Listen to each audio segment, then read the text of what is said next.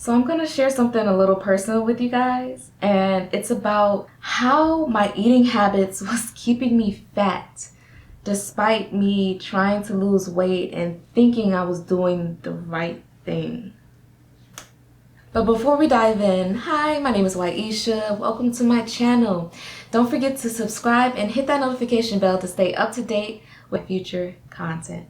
So this journey started a while ago. I've been trying to change my eating habits for the longest, and it started back in 2018. I tried all these different experiments and stuff like that, and I realized that no matter what I did, I still struggled to lose weight.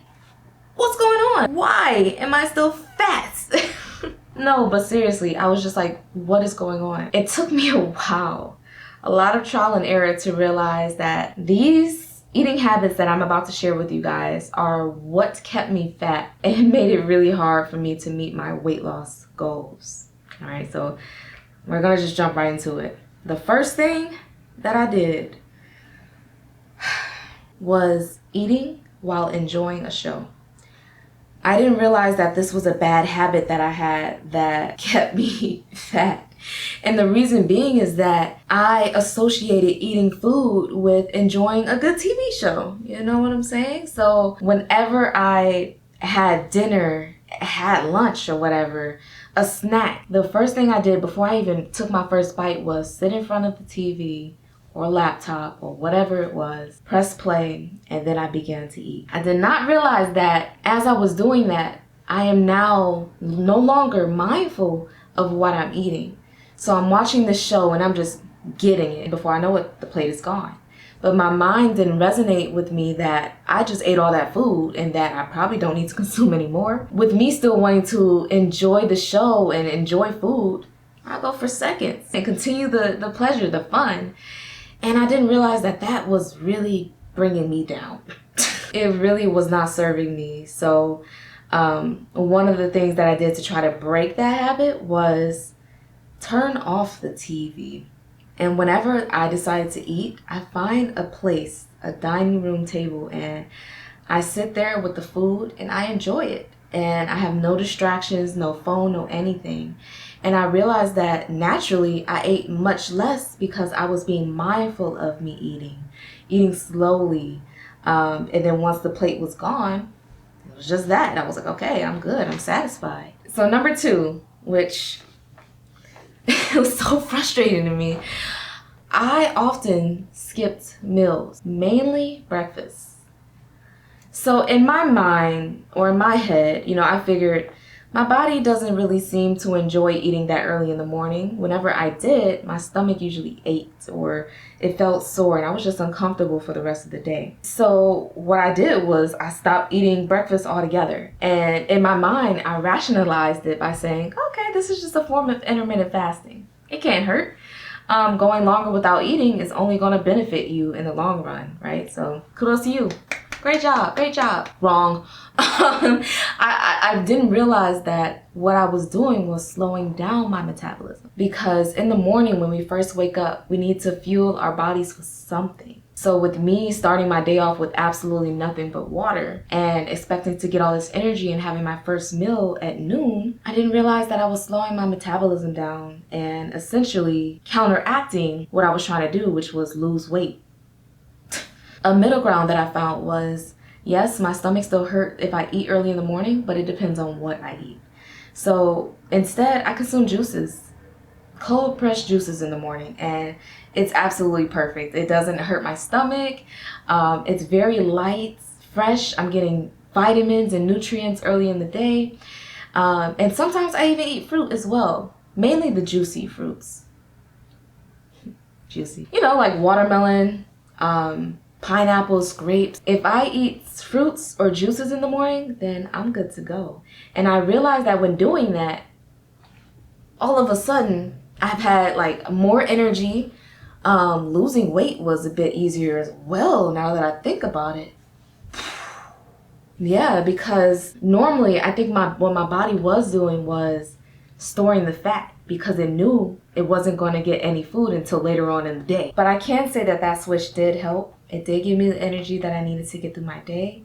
And I noticed shifts as well. Like I was able to do more things, like work out a bit longer, lift heavier weights. I don't know if that helps, but that energy really did help me get through the day.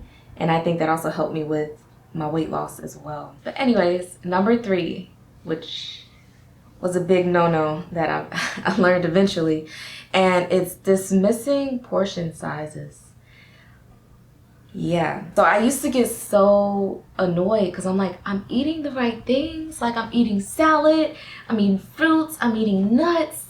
What's the problem? Why am I still fat? What is happening? I didn't realize that portions matter. It's like this, like, duh. But I didn't know this at the time. So I'm like, in my mind, if I was eating something that was healthy or deemed healthy, I'm good to go. You know, I can eat as much of it as possible. Look. That's not how it works. Take it from me. Like, there was a point where I loved eating pistachios. Oh, they were so good. So they were my healthy snack that I went to. But they were so good that I was, again, mindlessly eating, not taking account the portion size whatsoever. And before I knew it, I went through a bag of pistachios. And yeah, looking back, it's like, no duh, Sherlock. You consumed this whole bag and one serving size is only 1/4 of that. So yeah, it makes sense why you're gaining weight. So I'm like, oh my goodness. So to basically help me with portion sizes, what I did was when it came to snacks, I look on the bag. If it says, hey, 1 ounce or 1/4 is a serving size and there's this many servings in a bag, I will eye it out. I would get a sandwich bag and I would say, okay, this is my serving. Put the rest away, far away. What I did for meals was that instead of using large bowls or large plates, I had a small plate that I stuck to. And I just did that for the first part because I said, if I give myself the illusion that this small plate is full, I'm going to trick my brain into thinking that I'm receiving all that it is that I need to eat. Right? And in the same time, I'm also minimizing my portions because I'm putting it on a much smaller plate. So I realized after doing those things, then the weight started coming off. But it took me a while to get here, y'all. Like some years. And I know it may seem like common sense, but apparently it wasn't for me. This one I struggle with and I still do to this day. This day, like right now, at this time. And it's eating when I am sad or emotional. I learned that if it's that time of the month or I'm really stressed out or I'm sad about something or just going through it, because life be life, and if y'all know what I mean, I turn to food. I can't help it. I need something in my mouth. I need to eat something. And upon picking up on this habit of mine, I didn't realize that whenever I fell into these feelings of sadness, stress, PMS, I eat more, and pretty much everything else is out the window. Portion size is out the window. Whether it's healthy is probably out the window too. And even though it only happened occasionally, it still made a really big impact on me not being able to lose the weight because stress lasts a couple of days. PMS is a couple of days. So these days did negatively impact or set me back tremendously, right? One thing I learned is it's much easier to gain the weight than it is to lose it because I will put in the work to lose 5 pounds. And it will take me time, a lot of energy, a lot of stuff to get that 5 pounds off. But when I say I can't make this up, y'all, if I wanted to gain those 5 pounds back, it only took one instance, one day, one food, 1 minute, and boom, the 5 pounds is back. Voila, magic. It's just that. So what I realized that I had to do and to hack myself, which is one thing that I've been trying to do instead of trying to come up with new ways of breaking these bad habits, I try to find a way to hack myself to complement those habits that I have. So for example, if I know that I'm usually working in a high stress environment or PMS is something that I deal with and I turn to eating, I decided to use foods that are a bit more healthy for me, that I actually enjoy.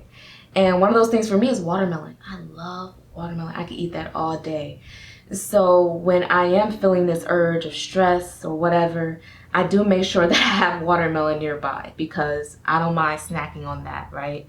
And it's being a little bit more mindful because eating a handful of watermelon probably won't impact me as much as eating a whole bag of pistachios, if you know what I mean. So those were certain things that I did to kind of get myself in alignment a bit more. And I also swapped out some things that I noticed that I have a tendency to crave during those times, which is chocolate. Chocolate is a big one for me. So instead, I switch out for things like dark chocolate. But aside from that, not only did I swap out certain foods, I also try to fill my day with activities that would help minimize that stress, such as yoga, meditation, taking deep breaths, talking to a friend, all of those things. And I realized that it's helped me tremendously. Just being mindful of the fact that I know that I have that bad health habit helped me as well. It's a journey, y'all.